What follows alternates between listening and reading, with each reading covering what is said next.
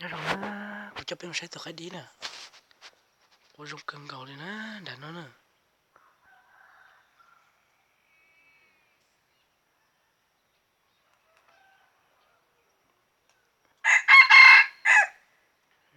Cô dùng cần cầu đi, giảm bên một sai xem nè.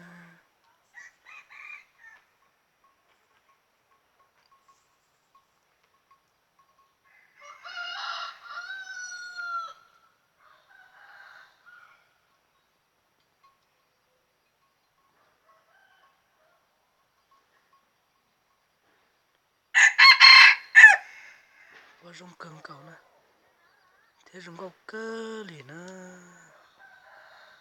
Tôi chính xác tôi cái đi nè, tôi nằm mà giờ cái cổ nắm o rồi, sẽ cái cổ nắm o nè, dùng cầu cần á.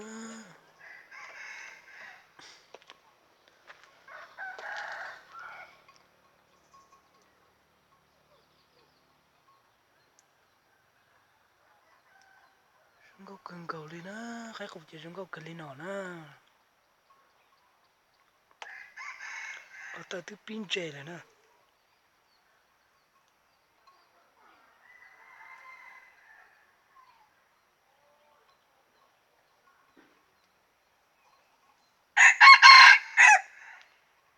Cô dùng cần cầu lên nè.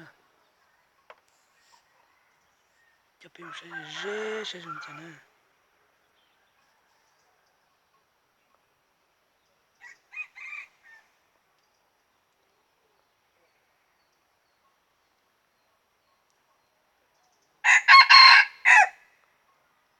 Cô dùng cần cầu nè, chắc cô đi nè.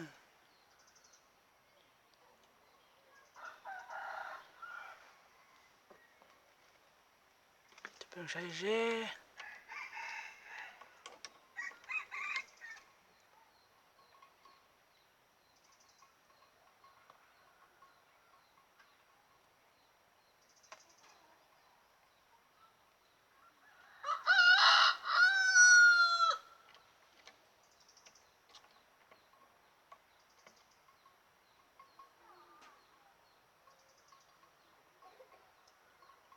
Sẽ nằm ở bên lòng á.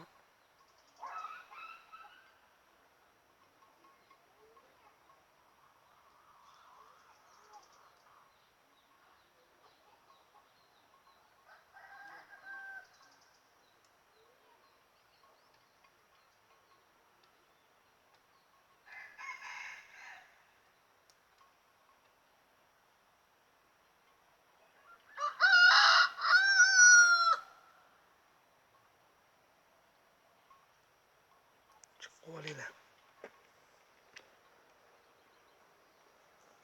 Dùng cầu cần á, cái đi đã.